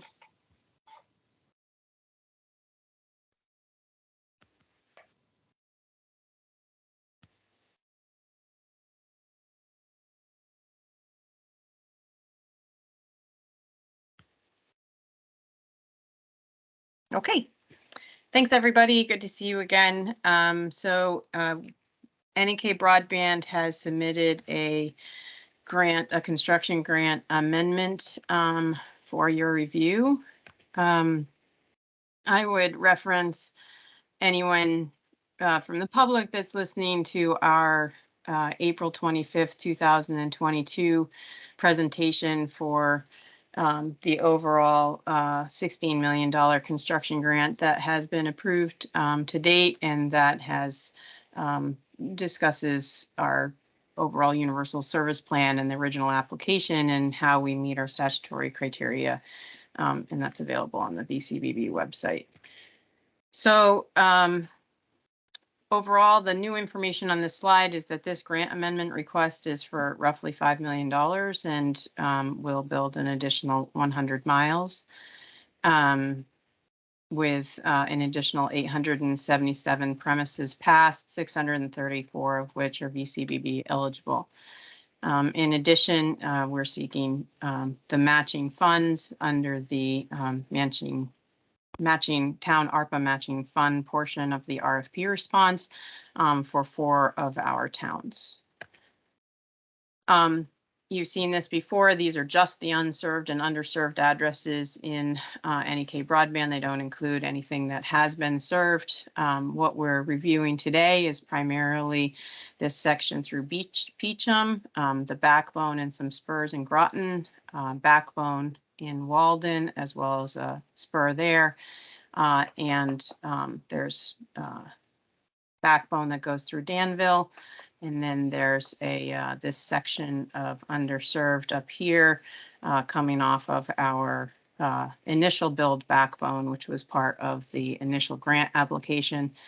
And I'll go over that step by step. So there are 5 sections on this. The first are the 4 towns, and then the last piece is what I call the GMP supplemental, and I'll describe that in a couple minutes. In terms of NEK Broadband's town ARPA program, what we the approach that we took after the rules changed was sort of different than the work we'd put into it before the rules changed.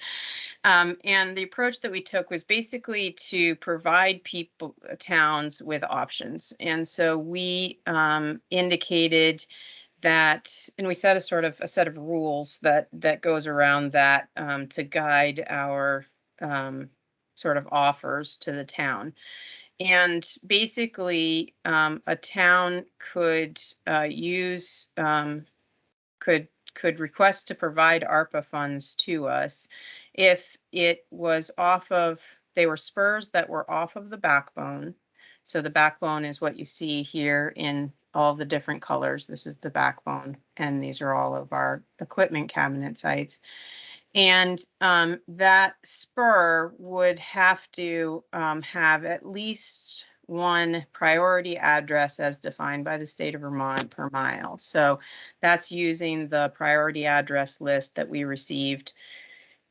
I think it's a 2021 list, but we needed to keep a specific point in time to use. And so that is the fundamental rule. And then the second one is that there couldn't be any like major delays in putting it in. So if something had like a lot of off-road, or there was a big gap to get to it because of no poles, or something that would delay the construction of the backbone, then it was not eligible.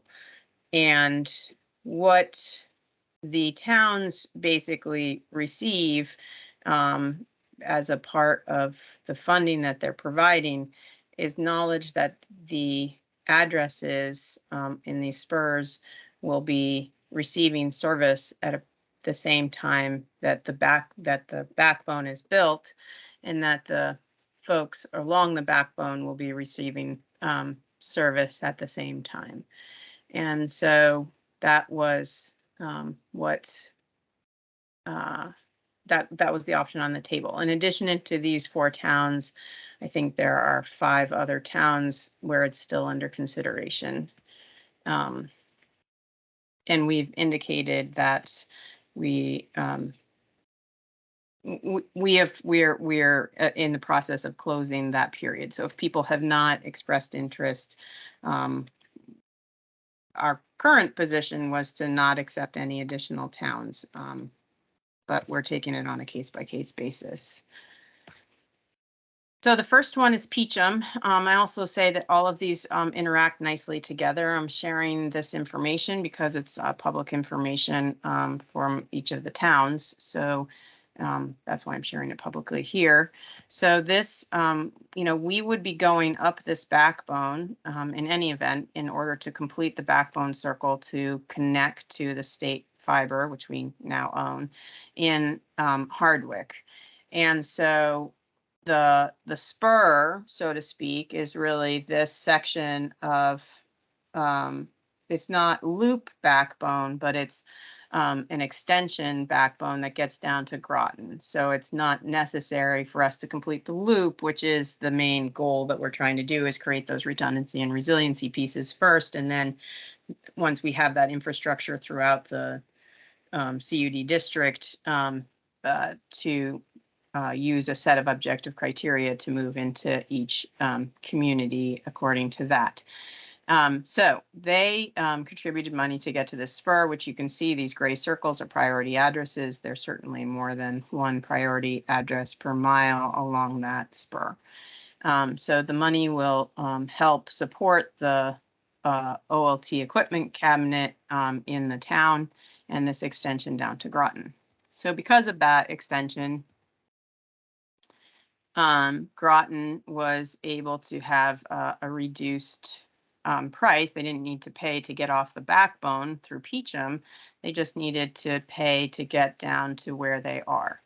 So this covers the backbone that comes down to Groton, as well as a spur that comes out here to Powder Lake and or Powder Spring rather, and a spur to Mount Ara. And so those priority addresses will be served, and the funds will help with the OLT cabinet. And of course, all of these funds, the funds can be used for drops as necessary. The third one is enabled because of Peachum and Groton. So without Peachum and Groton, Reigate really didn't have an option on the table. However, they whoops, I just realized that you can see that. Get this. Because of Peachum and Groton, Reigate was able to put in a request, and that request is for these 2 spurs to unserved and underserved folks, and to this section down here. In addition to this section, I received a handwritten letter from an older woman in the Reigate area, indicating that they had no ability to use their computer at their home, and to please, contact her by mail and to keep her up to date, and wishing us luck on the project and hoping that we would make it down. I imagine that letter may have helped inspire the Reigate Select Board, and I'm certain she'll be pleased to know that this will be occurring sooner, and in Reigate's instance, much sooner than it otherwise would have.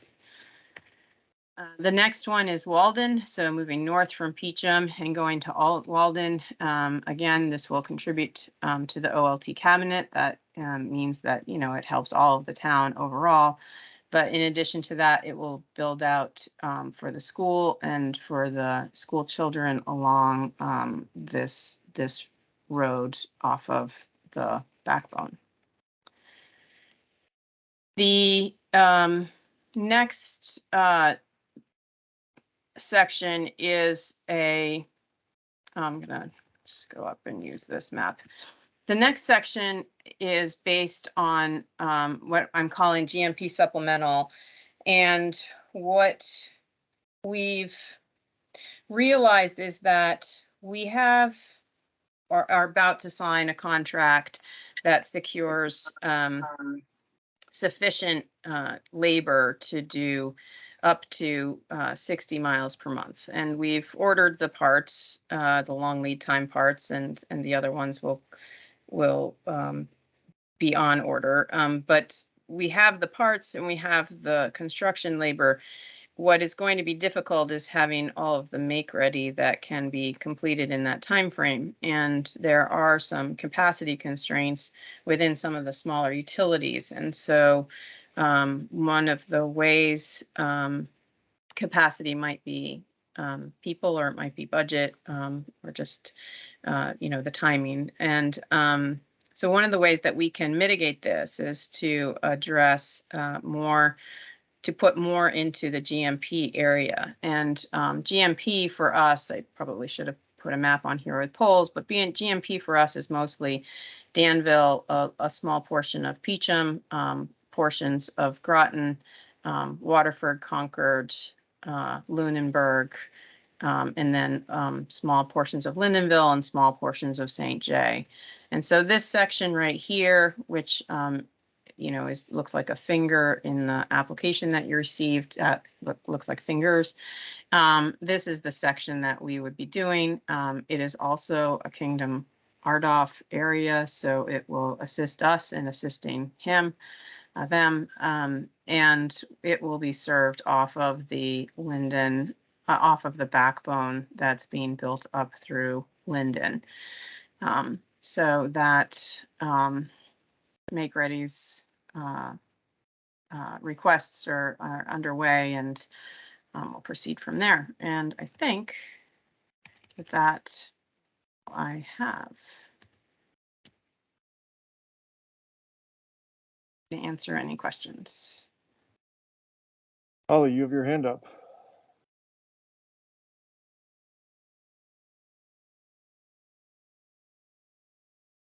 You're on mute. Are you muted, Holly? Sorry, I'm so reliable with this hand raising thing. Krista, I don't know what our action is here today. I understand that you're reporting a change to your plan. Is that right? You're reporting a change to your plan. Are you asking for us to approve that change? I'm asking for an additional $5 million in grant funds for these mileage. So this is an additional, 100 miles, a certain number of drops, et cetera. Yeah, so I'm just having this hard time connecting, like you've gotten towns to pay for pieces with ARPA funds and the price has gone up. I just, sorry, I mean, they're funding some pieces through ARPA. And yeah, let me back up. The your amount build that plan include these towns from the outset, right? I'm confused. That's, Okay, so let's start at the top. We have $185 million build if we have to build out to every unserved address, i.e. if any reason CCI doesn't fulfill their obligations, or we have to get to the ends of cable lines and things like that. So, it's someplace between 165 million and 185 million, between 2,600 and 2,800 miles. So that's the overall big project, right? So what we supplied on the first $16 million was a 250 mile build that was not in the areas that I've identified here today. It was in areas of Waterford, Linden, Sutton, Burke, primarily. And so there are two things. One is that under the RFP, there's a separate section. So we qualify for $30 million in grant funds. We did not request our entire grant allocation of $30 million in the first grant application because we're doing this known sections at a time, right? We know that we're building that 250. We know we have the design. We know we have our make ready in. We know what we're doing. Now we have another section of 100 miles that we know that we're doing. Same thing, design, make ready. And so this is an additional section of funds. So if I had applied for, That's what I didn't get. Yeah. Whether this was 5 million on top of your original business plan Yes. and universal service plan, this is No. an incremental addition to your build plan. So you're No. just drawing down an additional 5 million. Neither one. I'm wrong in both. Okay, it's not our business plan doesn't change. Our universal service plan and our business plan have exactly the same number of miles and exactly the same number of people. What is changing is the amount of grant funding. Like, we did not promise to build out $185 million project with $15 million of grant funds, right? We just said we'll build out these addresses for $15 million in grant funds. And in doing so, we will commit to a universal service plan that covers our entire district and every address in it. And so the next step in that is every, piece that comes after this. Now, I don't plan on coming to you every month with an amendment, but these 4 towns in the time frame that happened between the last one did submit, did sign, approve, their select boards approved the commitment of the ARPA funds, which means that the VCBB has committed up until September 15th to match those funds from the town. And in addition to that, NEK Broadband is matching those funds to the town. And I want to be clear, one, the areas that are in this, the primary loop backbone is part of our grant request, but it isn't part of what the towns are paying for. The towns are paying for spurs. And the towns aren't paying the whole thing. One, they're paying a third, and two, the rules that I've used to do these proposals for towns, it's frankly using a cost per mile that is outdated. It's based on $35,000 per mile, and we know that the cost is more in the range of $43,000 per mile. Maybe higher than that. And so there's considerably more cost than people are putting in. The only difference between the business plan that you received the last time and this business plan is that it's $146,000 to the better because these towns have put this money in. Does that help? Yeah, I think it does. Sorry for my confusion. No, it's okay. The thing that's amazing to me is in some towns, I've seen the reluctance to commit these ARPA funds because they have to be spent at by a specific date. And some towns are unwilling to fund these spurs and drops where the household may not need this assistance. Was that part of the conversation? Are you at all aware of how the towns handled that? So our presentation to the towns, which is generally a 4-page to 5-page proposal that outlines, who you are and how it works and what is on the table, is really about getting service faster to them. And it's not about funding drops. Now, it can fund drops, right? Like I can use those funds to fund drops if it was necessary. But the money is really in each of those in Walden, Peacham, and Groton's case will basically go to the construction of the OLT equipment cabinet, because that's the easiest way for all of us to just process the paperwork and get it through. And then in Rygate's case, it'll go towards make ready or construction or some other item that I can easily identify in that town and submit through them to the federal government to show that the money was spent in that town. So the drop question has really not been identified. Been talking about. Okay, thank you. And I think the other thing I'll say is that we know that there's a ramp up period. We're very aware that we are going to need to ramp into this. We do have as our goal, based on our construction contract, for up to 60 miles per month because of the size of the project that we have to complete and the time frame that we have to complete it in. But the number of miles that we're able to complete a month will be entirely dependent on the number of miles of make ready that we have ready. And we have a lot of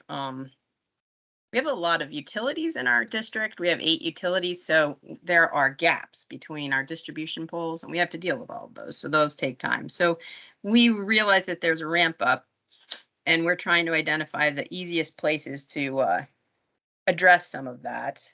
And I will say that what you have in front of you between the original grant application and this grant amendment application is 350 miles of a 2,800 or 2,600, hopefully, mile build. And so we do expect that we'll be putting in, of course, and obviously the amendment for the remainder amount of the money when we're prepared to identify what that will be.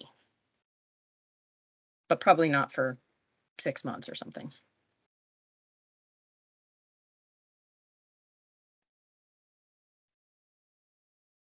Okay, I don't see any other hand ups. Any other questions?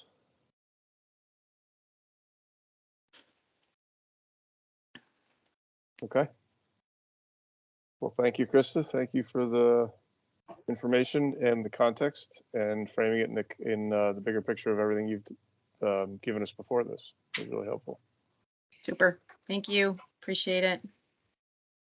Thanks for all the work you do. All right, folks, we will exit out and head back to the main session, the main meeting. We are in the main meeting. In the main meeting. That was not executive session. Didn't I time warp on that one? A good catch, Rob. I was just about to exit out. I didn't catch it either, Brian. So it's been a long meeting. I believe Krista knew that too. Yeah, bad minds think alike, Christine, I guess. Yeah. Brian and Laura, I am this fact of being not in executive session and hearing about these proposals, and then somewhere down the line we're going to vote on them. I am very concerned about the disjointedness of the information, and I recognize that it's really hard to have the summer vacation schedules impact the build calendar for the CUDs. I'm just really worried about how this is really going to work out. So, yeah, my plan is actually, so I'm going to try to get Patty and Dan to look at the video portions of this part of the meeting anyhow, and fill them in on the discussions that happen in the executive session so they can be prepared for the next meeting. We are equally concerned. And, you know, we get to the next meeting and see how it goes. So, Laura?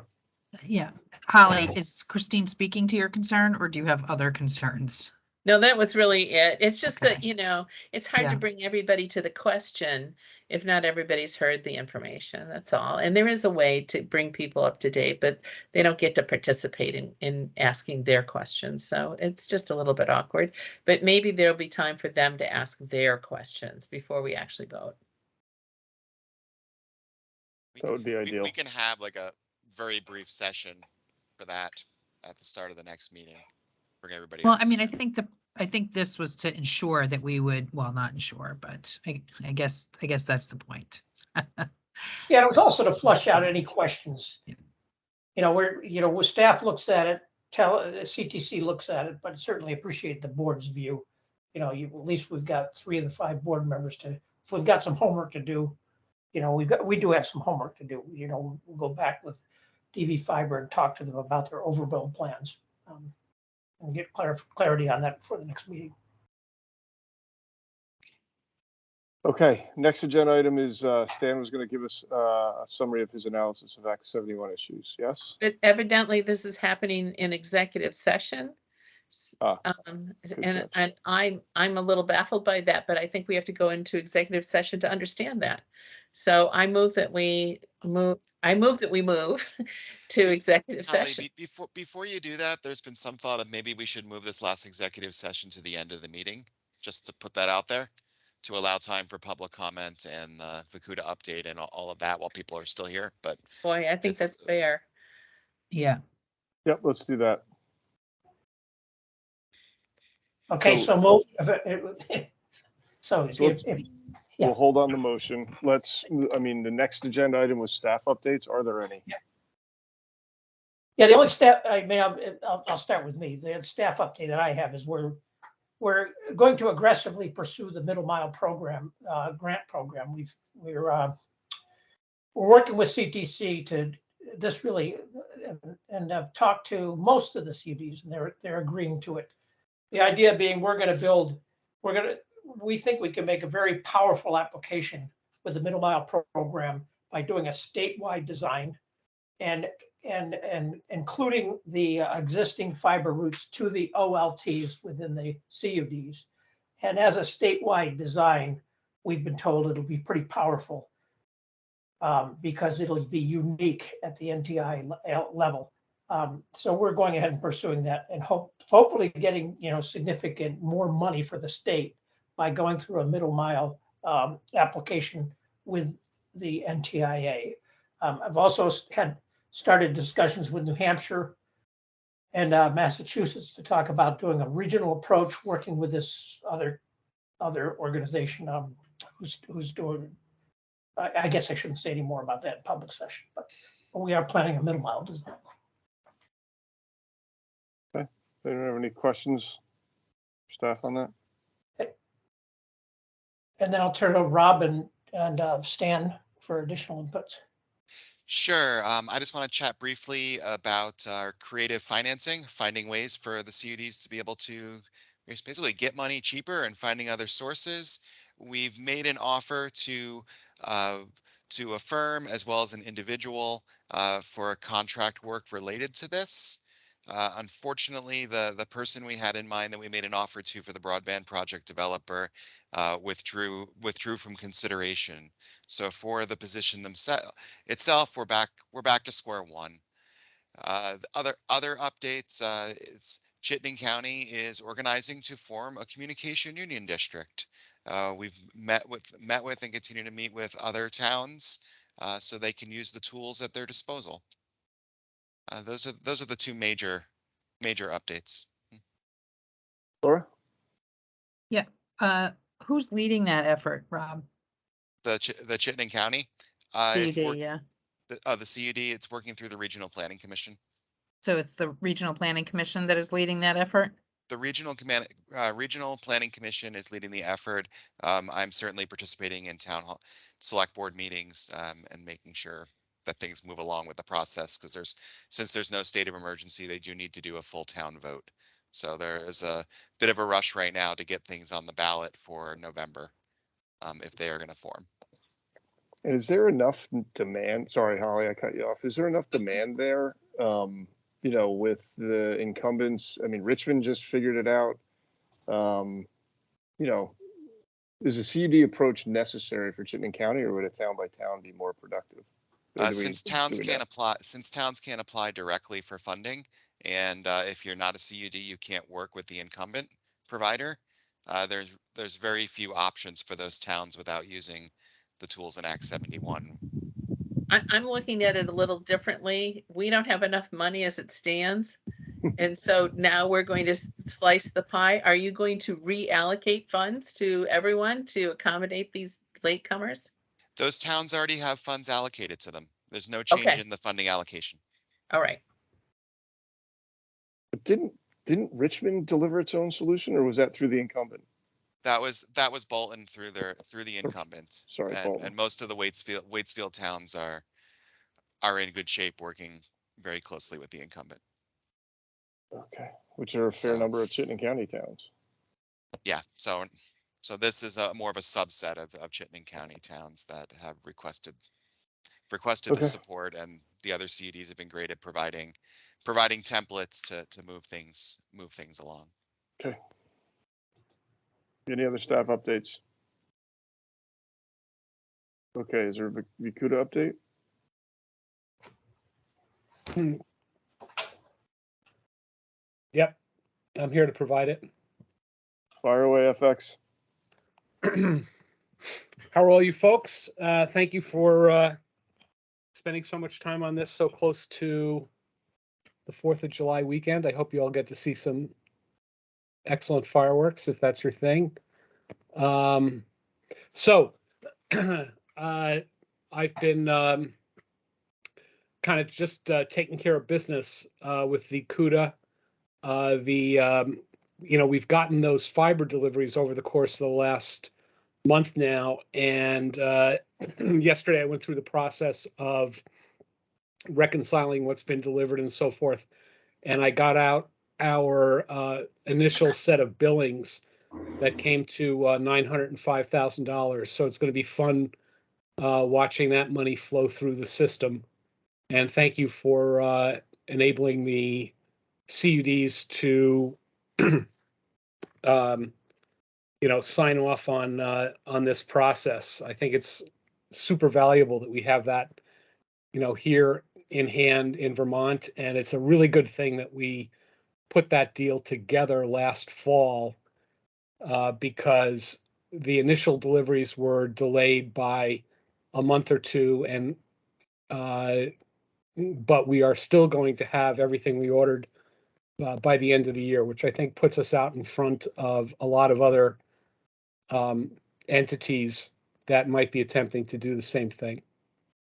So and I think, the power and the value of VCUDA to pull together that kind of joint buy, is a real significant benefit to all the CUDs. We have not had too much success in trying to put something together in terms of collective auditing services or collective financial advisor services.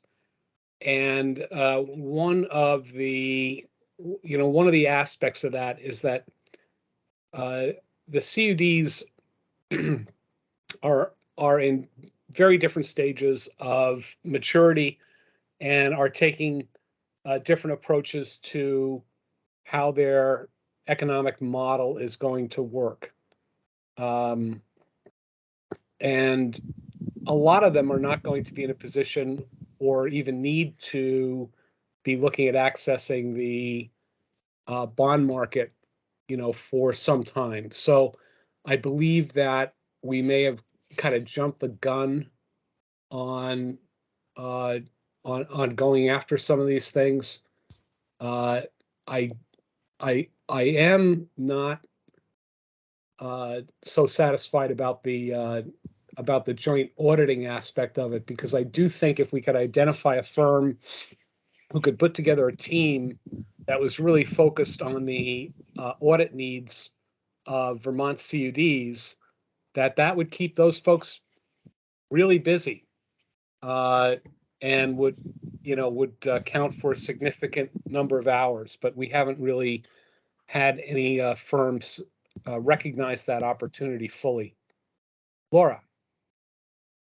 FX, just on this point, is there anything that the state can do to help? Have you talked with, say, DFR or the treasurer's office for any kind of referrals? Is that something that we could help No. with? Haven't pursued that. So if that's something that the majority of CUDs are looking at, and it sounds really smart to me,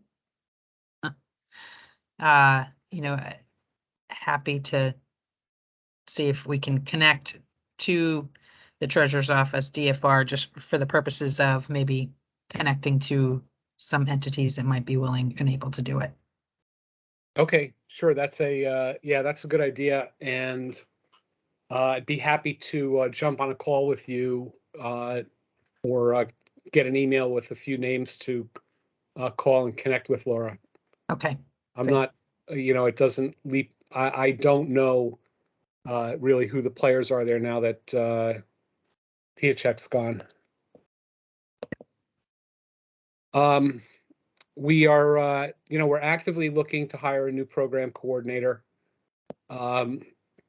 We've had a couple of expressions of interest, waiting to hear back from a few different people. I have to say, though, it's all really nice that there's all these, volunteers out there, but, people who volunteer for this sort of thing tend to volunteer for 2 or 3 different things. And